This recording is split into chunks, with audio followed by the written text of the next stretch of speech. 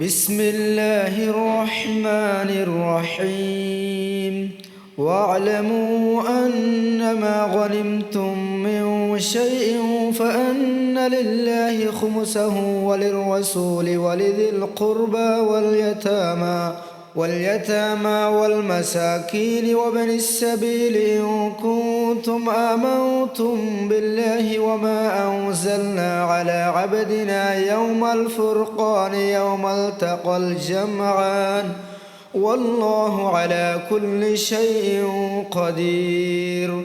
إذ أنتم بالعدوة الدنيا وهم بالعدوة القصوى والركب أسفل منكم ولو تواعدتم لاختلفتم في الميعاد ولكن ليقضي الله أمرا كان مفعولا ليهلك من هلك عن بينة ويحيى من حي عن بينة وإن الله لسميع عليم. إذ يريكهم الله في منامك قليلا ولو أراكهم كثيرا لفشلتم ولتنازعتم في الأمر ولكن الله سلم إنه عليم بذات الصدور. وإذ يريكموهم إذ التقيتم في أعينكم قليلا ويقللكم في أعينهم ليقضي الله أمرا كان مفعولا وإلى الله ترجع الأمور. يا أيها الذين آمنوا إذا لقيتم فئة فاثبتوا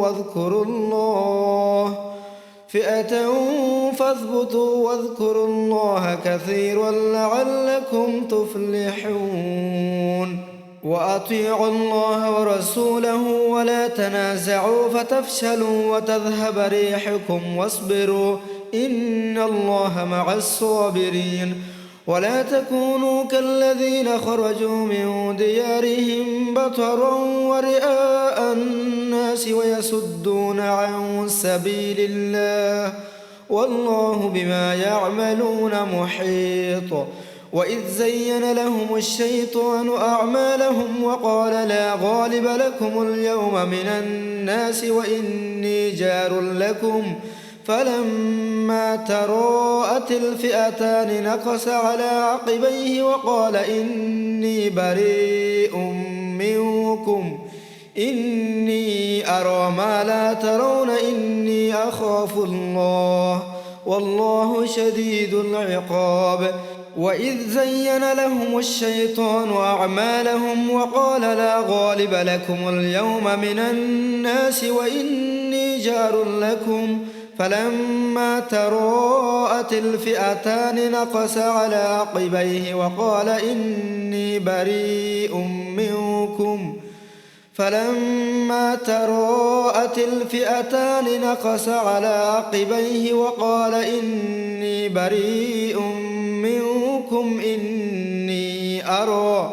إني أرى ما لا ترون إني أخاف الله والله شديد العقاب.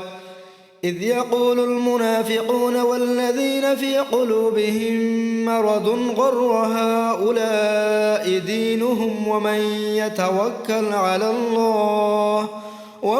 يتوكل على الله فإن الله عزيز حكيم.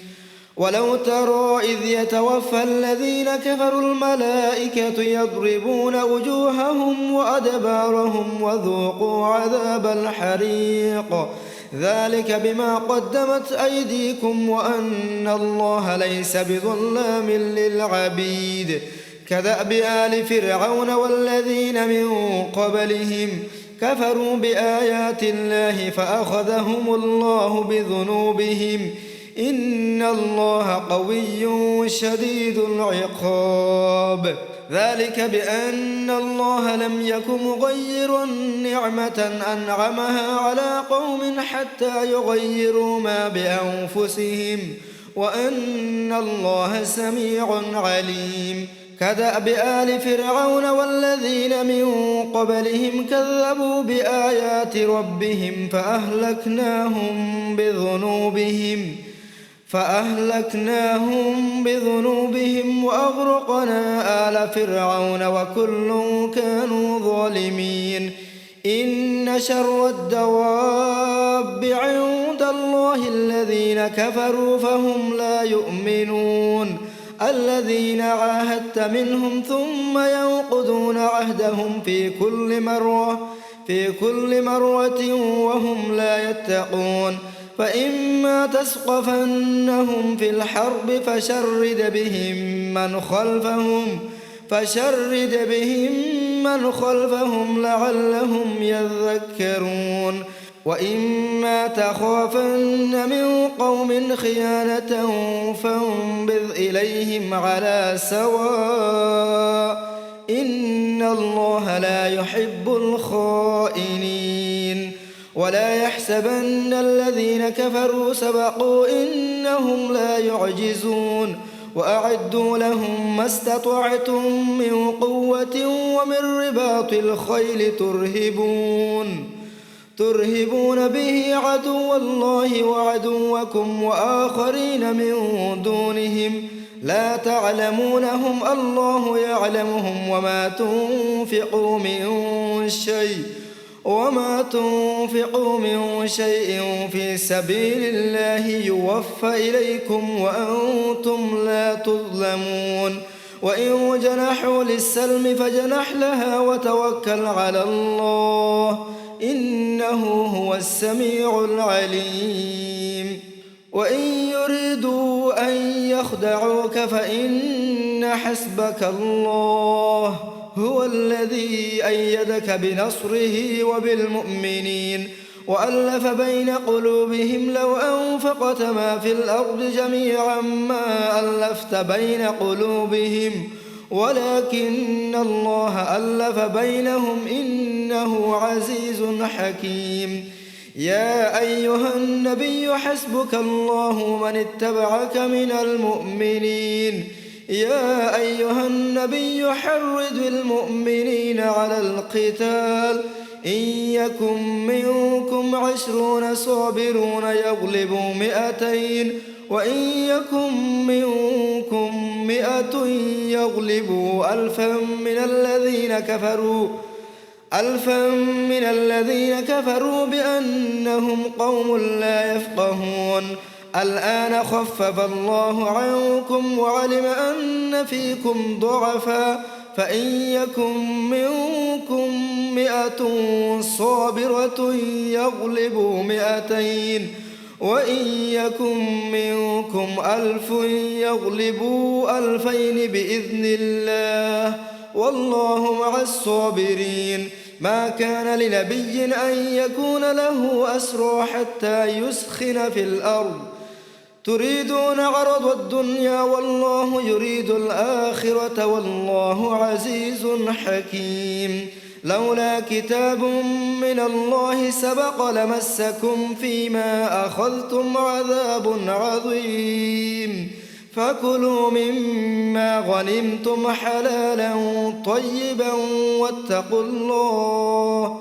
إن الله غفور رحيم يا أيها النبي قل لمن في أيديكم من الأسرى إن يعلم الله في قلوبكم خيرا يؤتكم خيرا مما أخذ منكم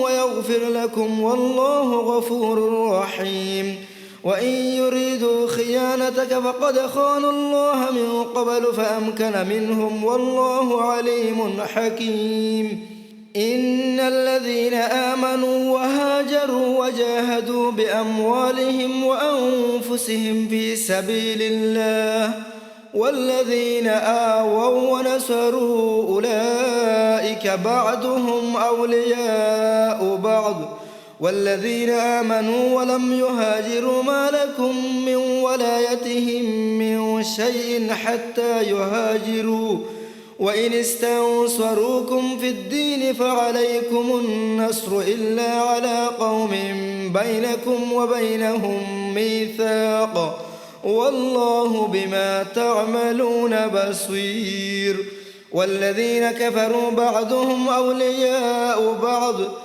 إلا تفعلوه تكن فتنة في الأرض وفساد كبير والذين آمنوا وهاجروا وجاهدوا في سبيل الله والذين آووا ونصروا أولئك هم المؤمنون حقا لهم مغفرة ورزق كريم والذين آمنوا من بعد وهاجروا وجاهدوا معكم فأولئك منكم وأولو الأرحام بعضهم أولى ببعض في كتاب الله إن الله بكل شيء عليم. بسم الله الرحمن الرحيم. براءة من الله ورسوله إلى الذين عاهدتم من المشركين فسيحوا في الأرض 4 أشهر واعلموا أنكم غير معجز الله وأن الله مخزي الكافرين. وأذان من الله ورسوله إلى الناس يوم الحج الأكبر أن الله بريء من المشركين. وأذان من الله ورسوله إلى الناس يوم الحج الأكبر أن الله بريء من المشركين ورسوله فإن تبتم فهو خير لكم وإن توليتم فاعلموا أنكم غير معجز الله وبشر الذين كفروا بعذاب أليم. إلا الذين عاهدتم من المشركين ثم لم ينقصوكم شيئا ولم يظاهروا عليكم أحدا فأتموا إليهم عهدهم إلى مدتهم إن الله يحب المتقين. فإذا انسلخ الأشهر الحرم فاقتلوا المشركين حيث وجدتموهم وخذوهم واحصروهم واقعدوا لهم كل مرصد فإن تابوا وأقاموا الصلاة وآتوا الزكاة فخلوا سبيلهم إن الله غفور رحيم. وإن أحد من المشركين استجارك فأجره حتى يسمع كلام الله ثم أبلغه مأمنه ذلك بأنهم قوم لا يعلمون. كيف يكون للمشركين عهد عند الله وعند رسوله إلا الذين عاهدتم عند المسجد الحرام فما استقاموا لكم فاستقيموا لهم إن الله يحب المتقين. كيف وإن يظهروا عليكم لا يرقبوا فيكم إلا ولا ذمة يرضونكم بأفواههم وتأبى قلوبهم وأكثرهم فاسقون. اشتروا بآيات الله ثمنا قليلا فصدوا عن سبيله إنهم ساء ما كانوا يعملون. لا يرقبون في مؤمن إلا ولا ذمة وأولئك هم المعتدون. فإن تابوا وأقاموا الصلاة وآتوا الزكاة فإخوانكم في الدين ونفصل الآيات لقوم يعلمون. وإن نكثوا أيمانهم من بعد عهدهم وطعنوا في دينكم فقاتلوا أئمة الكفر إنهم لا أيمان لهم لعلهم ينتهون. ألا تقاتلون قوما نكثوا أيمانهم وهموا بإخراج الرسول وهم بدأوكم أول مرة أتخشونهم فالله أحق أن تخشوه إن كنتم مؤمنين. قاتلوهم يعذبهم الله بأيديكم ويخزهم وينصركم عليهم وينصركم عليهم ويشف صدور قوم مؤمنين ويذهب غيظ قلوبهم ويتوب الله على من يشاء والله عليم حكيم. أم حسبتم أن تتركوا ولما يعلم الله الذين جاهدوا منكم ولم يتخذوا من دون الله ولا رسوله ولا المؤمنين وليجة والله خبير بما تعملون. ما كان للمشركين أن يعمروا مساجد الله شاهدين على أنفسهم بالكفر أولئك حبطت أعمالهم وفي النار هم خالدون. إنما يعمر مساجد الله من آمن بالله واليوم الآخر وأقام الصلاة وآتى الزكاة ولم يخش إلا الله فعسى أولئك أن يكونوا من المهتدين. أجعلتم سقاية الحاج وعمارة المسجد الحرام كمن آمن بالله واليوم الآخر وجاهد في سبيل الله لا يستوون عند الله والله لا يهدي القوم الظالمين. الذين آمنوا وهاجروا وجاهدوا في سبيل الله بأموالهم وأنفسهم أعظم درجة عند الله وأولئك هم الفائزون. يبشرهم ربهم برحمة منه ورضوان وجنات لهم فيها نعيم مقيم خالدين فيها أبدا إن الله عنده أجر عظيم. يا أيها الذين آمنوا لا تتخذوا آباءكم وإخوانكم أولياء إن استحبوا الكفر على الإيمان ومن يتولهم منكم فأولئك هم الظالمون. قل إن كان آباؤكم وأبناؤكم وإخوانكم وأزواجكم وعشيرتكم وأموال اقترفتموها وتجارة تخشون كسادها ومساكن ترضونها أحب إليكم من الله ورسوله وجهاد في سبيله فتربصوا حتى يأتي الله بأمره والله لا يهدي القوم الفاسقين. لقد نصركم الله في مواطن كثيرة ويوم حنين إذ أعجبتكم كثرتكم فلم تغن عنكم شيئا وضاقت عليكم الأرض بما رحبت ثم وليتم مدبرين.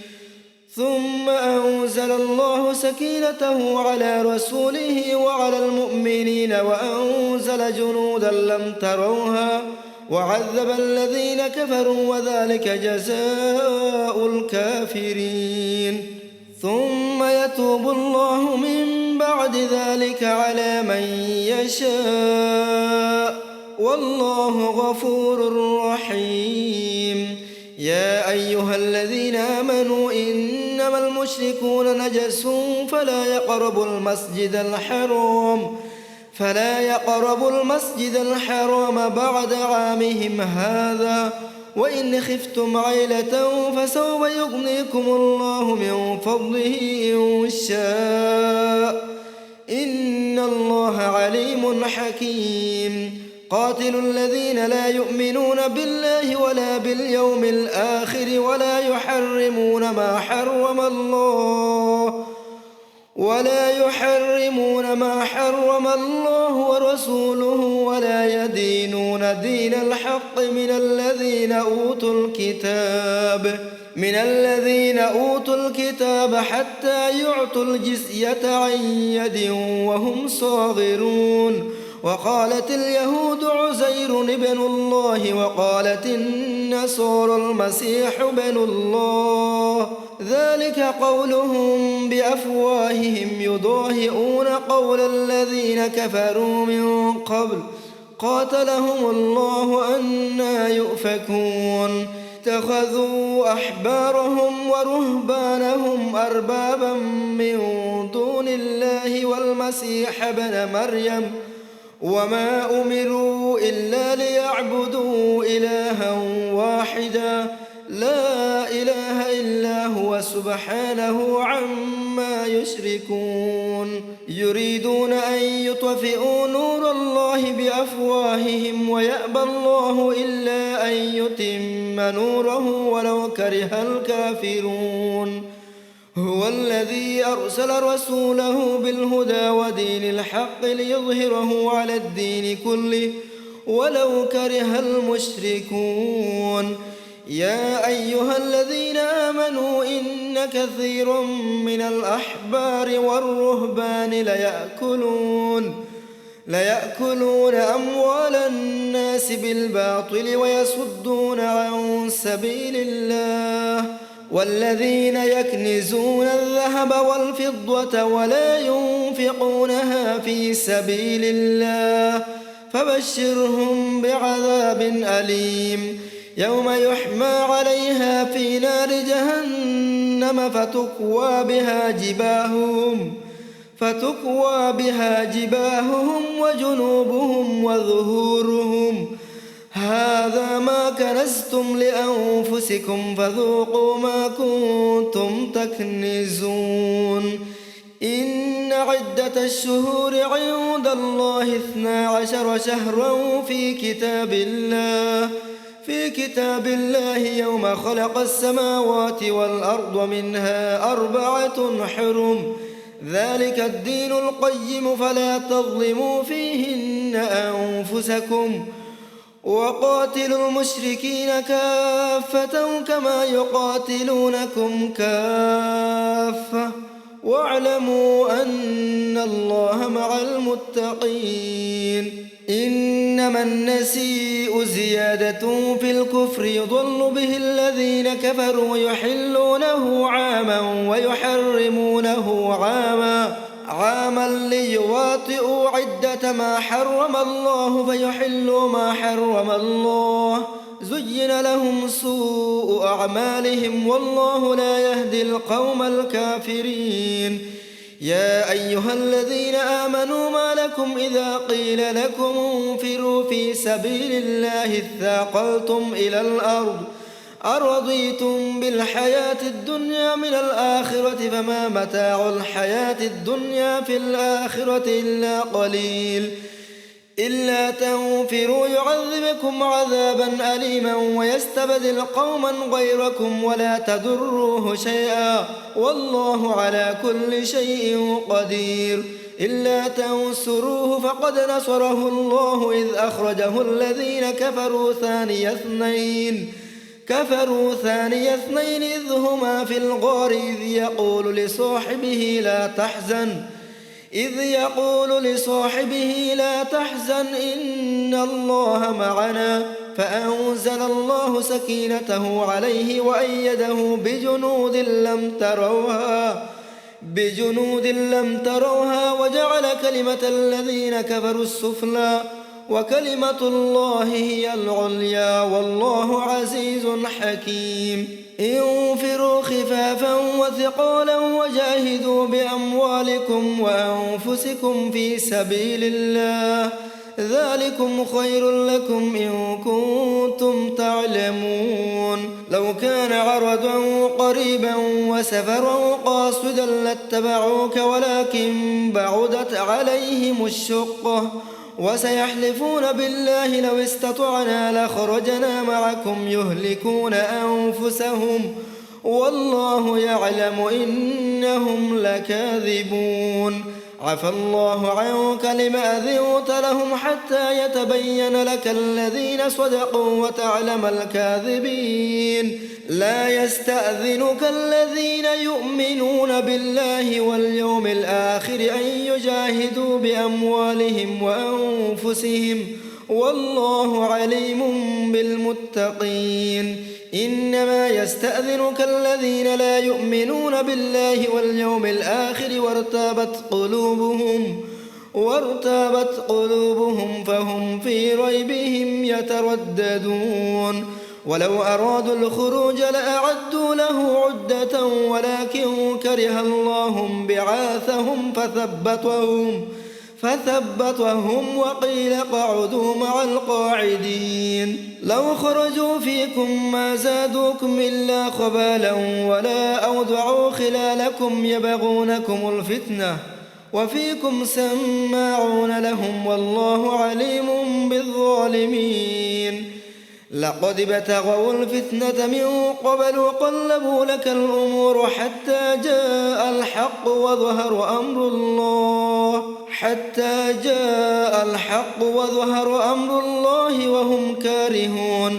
ومنهم من يقول ائذن لي ولا تفتني ألا في الفتنة سقطوا وإن جهنم لمحيطة بالكافرين. إن تصبك حسنة تسؤهم وإن تصبك مصيبة يقولوا قد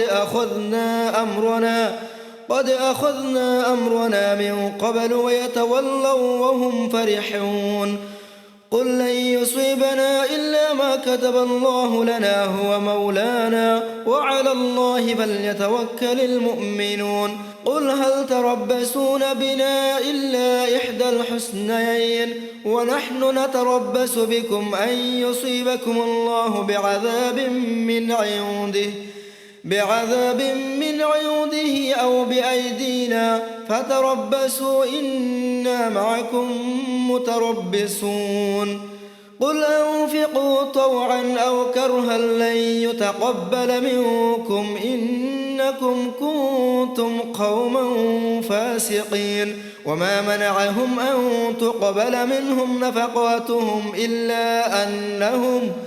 إلا أنهم كفروا بالله وبرسوله ولا يأتون الصلاة إلا وهم كسالى ولا ينفقون إلا وهم كارهون. فلا تعجبك أموالهم ولا أولادهم إنما يريد الله ليعذبهم بها في الحياة الدنيا وتزهق أنفسهم وهم كافرون.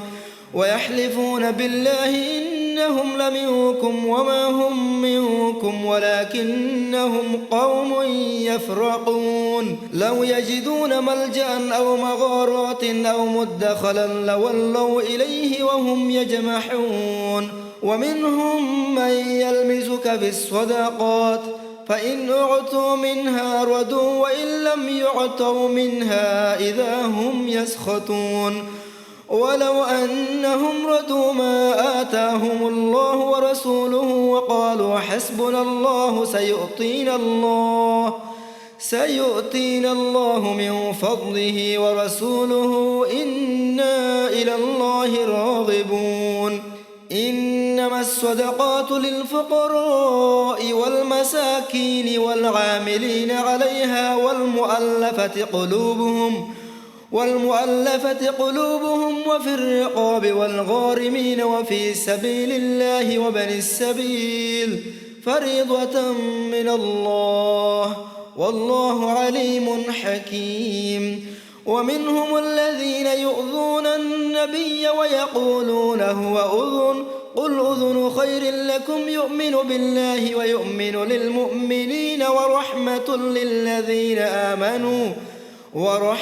للذين آمنوا منكم والذين يؤذون رسول الله لهم عذاب أليم. يحلفون بالله لكم ليرضوكم والله ورسوله أحق أن يرضوه إن كانوا مؤمنين. ألم يعلموا أنه من يحادد الله ورسوله فأن له نار جهنم خالدا فيها ذلك الخزي العظيم. يحذر المنافقون أن تنزل عليهم سورة تنبئهم بما في قلوبهم قل استهزئوا إن الله مخرج ما تحذرون.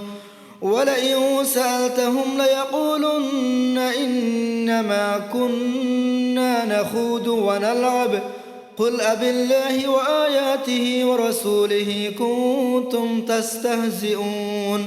لا تعتذروا قد كفرتم بعد إيمانكم إن نعف عن طائفة منكم نعذب طائفة بأنهم كانوا مجرمين.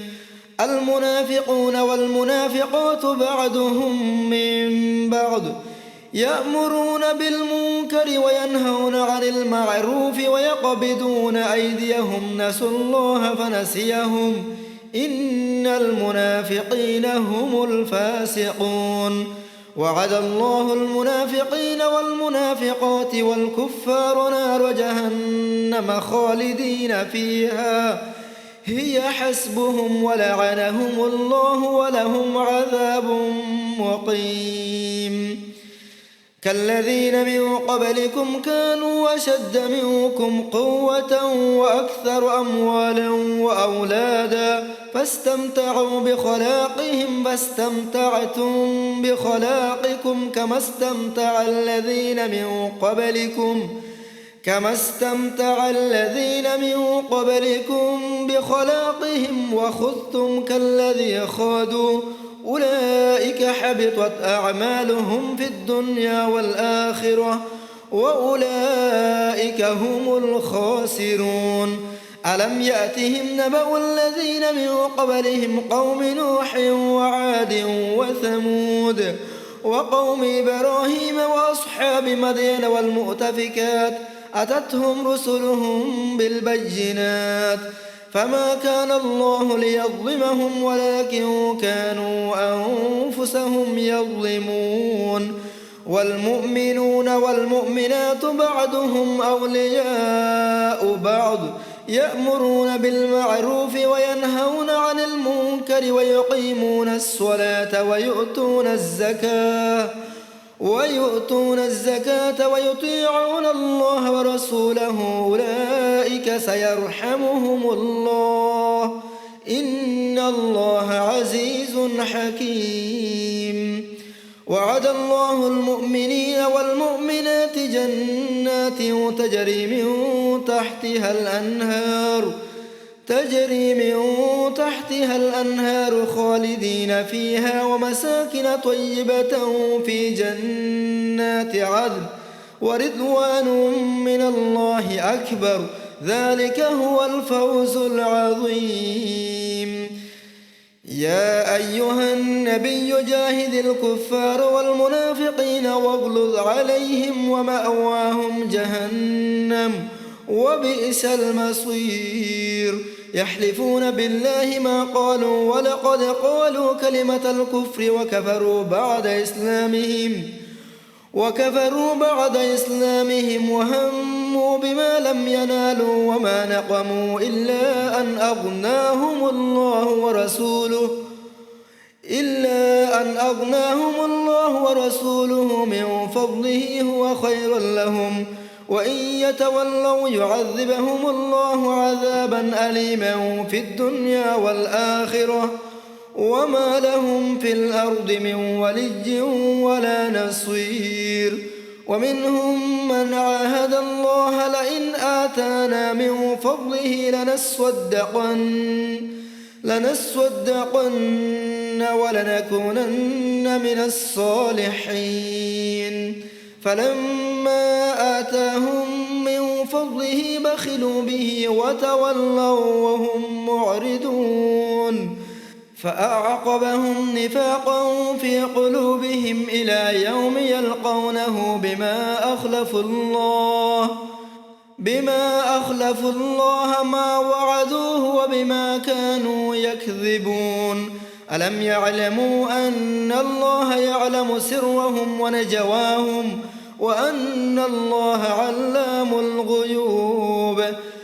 الذين يلمزون المتطوعين من المؤمنين في الصدقات والذين لا يجدون إلا جهدهم فيسخرون منهم سخر الله منهم ولهم عذاب أليم. استغفر لهم أو لا تستغفر لهم إن تستغفر لهم 70 مرة فلن يغفر الله لهم ذلك بأنهم كفروا بالله ورسوله والله لا يهدي القوم الفاسقين. فرح المخلفون بمقعدهم خلاف رسول الله وكرهوا أن يجاهدوا بأموالهم وأنفسهم في سبيل الله وقالوا لا تنفروا في الحر قل نار جهنم أشد حرا لو كانوا يفقهون. فليضحكوا قليلا وليبكوا كثيرا جزاء بما كانوا يكسبون. فإن رجعك الله إلى طائفة منهم فاستأذنوك للخروج فقل لن تخرجوا معي أبدا ولن تقاتلوا معي عدوا إنكم رضيتم بالقعود أول مرة فاقعدوا مع الخالفين. ولا تصل على أحد منهم مات أبدا ولا تقم على قبره إنهم كفروا بالله ورسوله وماتوا وهم فاسقون. ولا تعجبك أموالهم وأولادهم إنما يريد الله أن يعذبهم بها في الدنيا وتزهق أنفسهم وهم كافرون. وإذا أنزلت سورة أن آمنوا بالله وجاهدوا مع رسوله استأذنك أولو الطول منهم وقالوا ذرنا نكن مع القاعدين. رضوا بأن يكونوا مع الخوالف وطبع على قلوبهم فهم لا يفقهون. لكن الرسول والذين آمنوا معه جاهدوا بأموالهم وأنفسهم وأولئك لهم الخيرات وأولئك هم المفلحون. أعد الله لهم جنات تجري من تحتها الأنهار خالدين فيها ذلك الفوز العظيم. وجاء المعذرون من الأعراب ليؤذن لهم وقعد الذين كذبوا الله ورسوله سيصيب الذين كفروا منهم عذاب أليم. ليس على الضعفاء ولا على المرضى ولا على الذين لا يجدون ما ينفقون حرج إذا نصحوا لله ورسوله ما على المحسنين من سبيل والله غفور رحيم. ولا على الذين إذا ما أتوك لتحملهم قلت لا أجد ما أحملكم عليه تولوا وأعينهم تفيض من الدمع حزنا ألا يجدوا ما ينفقون. إنما السبيل على الذين يستأذنونك وهم أغنياء رضوا بأن يكونوا مع الخوالف وطبع الله على قلوبهم فهم لا يعلمون.